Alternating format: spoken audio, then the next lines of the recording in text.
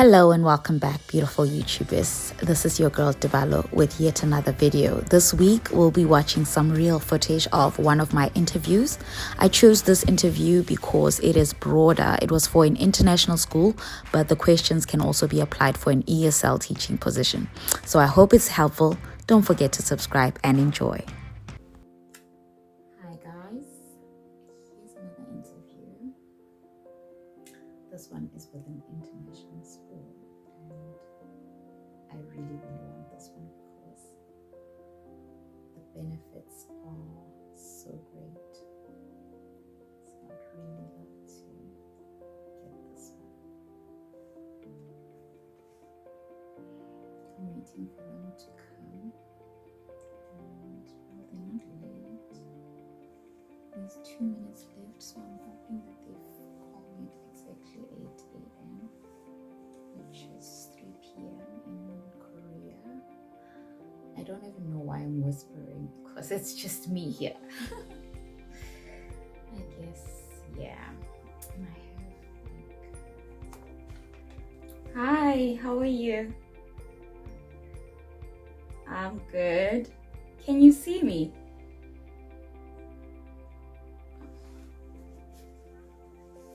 Yes, you can call me Emily. I think that's much better. I'm well, and how about you? Nice to meet you. Nice to meet you too. Yes, that's correct.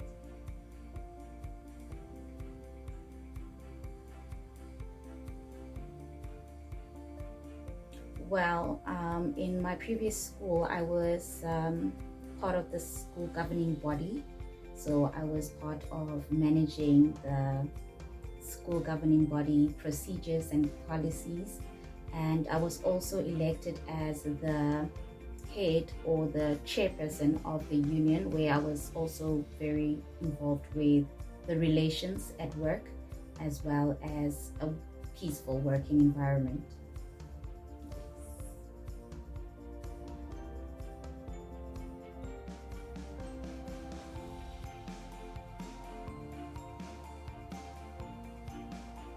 Yes, I do. When COVID hit, there were a lot of things that we had to adjust to, and one of them was the timetabling and the class allocations. So I constantly needed to train other teachers in order for them to be able to create timetables as well as allocate school learners into the correct groups as to when they come and how they come to school.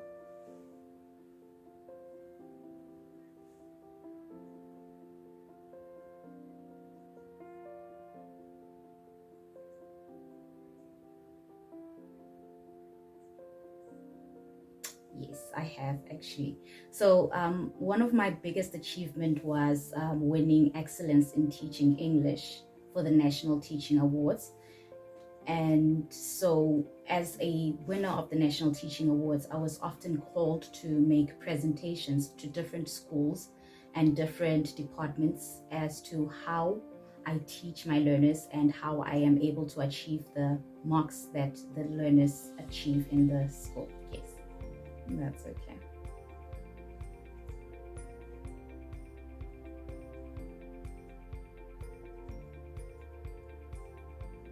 Okay. So myself as a person, I am a very diverse person, I would like to think. But when it comes to teaching and what got me into teaching, I especially love to work with people, work with children, and I enjoy improving others' lives. So I feel that I am my best when I am working towards improving others' lives and also improving myself in the process.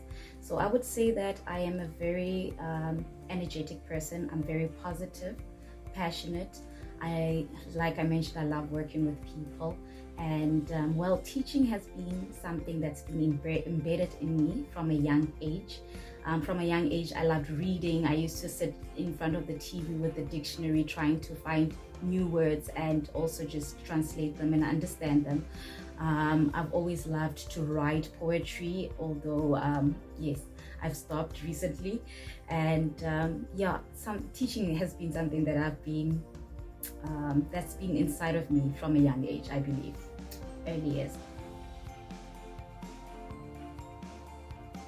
Well, in terms of teaching them, I don't really have experience in terms of teaching them, but I do have experience with working with them because I was working in a primary school, and the extracurricular activities included children from pre-primary as well as the grade ones and younger years. So I do have experience when it comes to chess, teaching them chess and going to them to different tournaments, choir practice. I was also part of the choir, and also indigenous games, so games, the African games that we have in South Africa. Yes.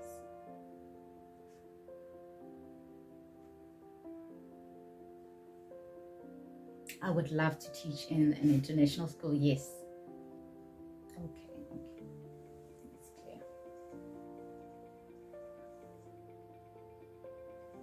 In terms of how I would, the teaching aids around, okay, all right. So classroom management, okay. Okay. So firstly, of course, we'll have our rules in front, and we will always reiterate them so that they get them. And pictures of the calendar, very important to have the calendar, the weather, the reading corners, and yes, just a lot of pictures of the months and the names of things, the letters, and how to sound them out as well would be very important.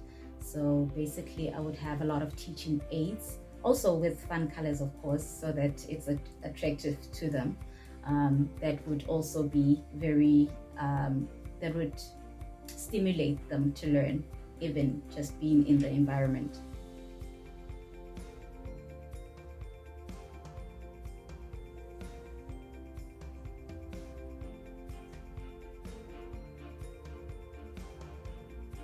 Okay, so the first one is definitely patience, because it's a process to teach someone and to get them to finally understand and implement what they have been taught.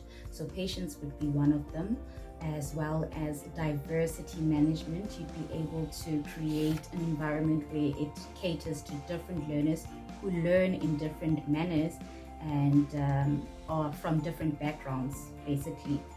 And curriculum management, for me it's very important to keep updated with the latest trends and stay relevant for the learners, so that they are able to learn what's relevant to them, the things that they would be able to apply in the real world. So I think those three for me, patience, diversity, and curriculum management, would be one of the top priorities for me.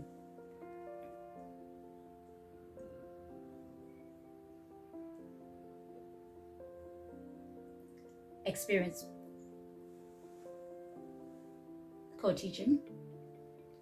Okay, so when the students from different universities come to do their practicals, we definitely have something like a co-teaching, where one of you needs to give the other one space to teach.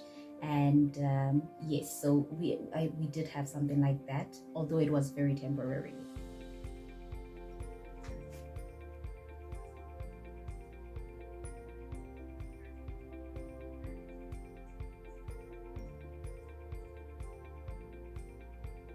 Oh, I was working with the student in the class, yes.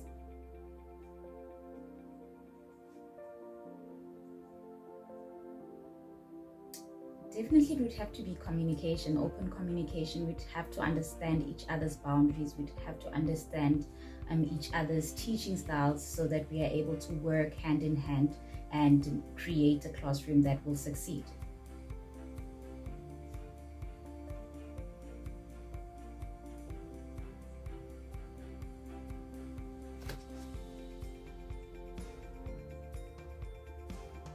Yes, yes, we were using it. Yes.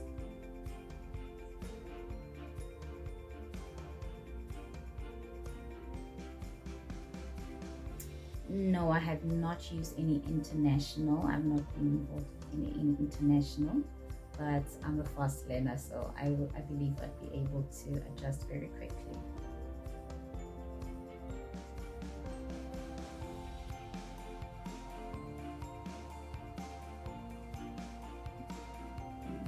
I believe that I try to do that when I do create a teaching space. I first need to get to know my learners, and although I don't know if it is as spot on as it is with them choosing the topics themselves, but through learning them, through learning their personalities, the things that they like, I was able to create the lesson plans that would be able to cater for them. So I believe that's quite close to inquiry-based learning or teaching. Oh, okay. So definitely I've used all the different types of assessment because I was teaching English. So informal assessments to see how far the learners are with their work, and the formal assessment that we'd have like tests and examinations, and we'd have rubrics, of course, for the marking and memorandums. We'd have also projects. So I've definitely been exposed to different types of assessments in my experience. Yes.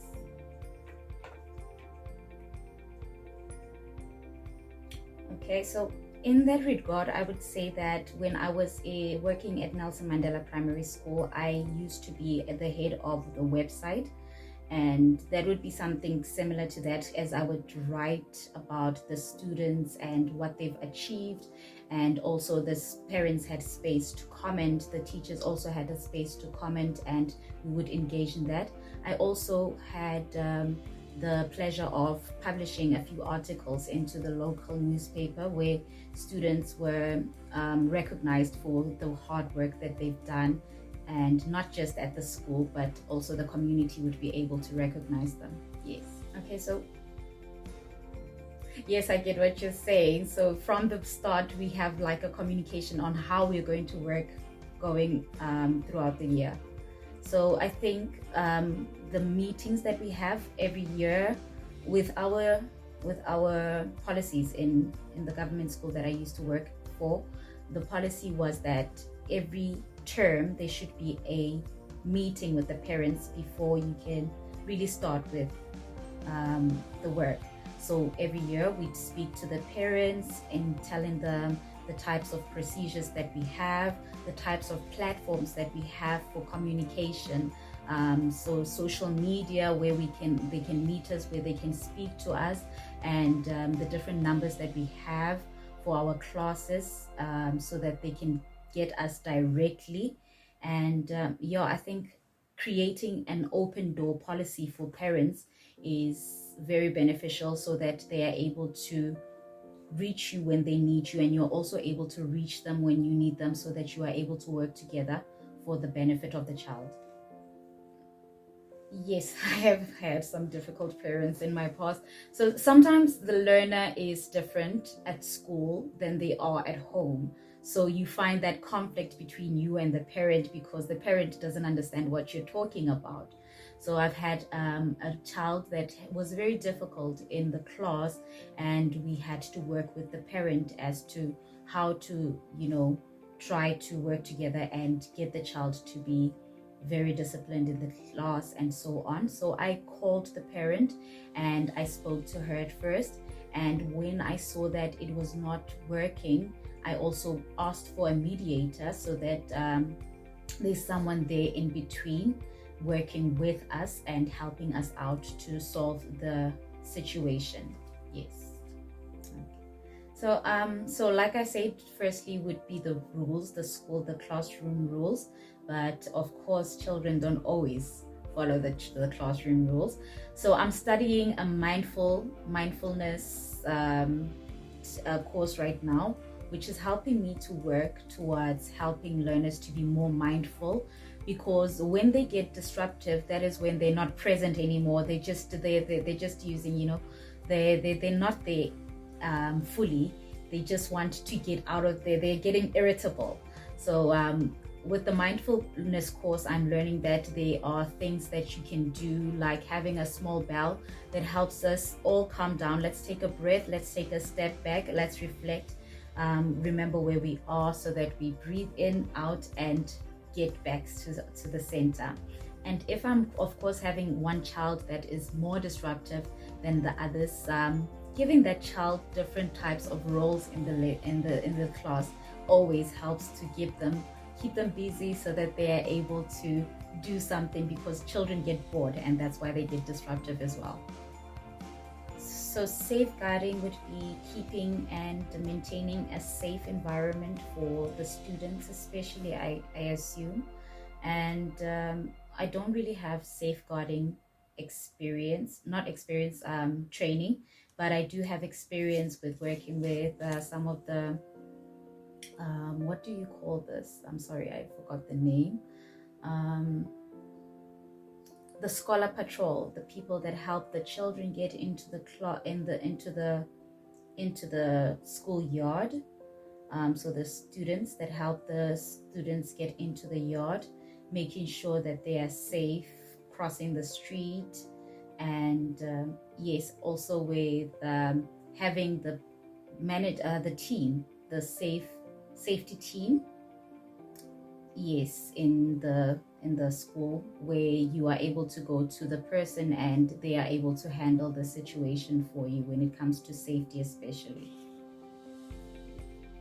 Okay, so definitely it would have to go to management, and if I am in the management, then I would have to call in the parent, and also maybe call in law enforcement, because that is an illegal act, and if I am now in the situation, I need to report this as an adult.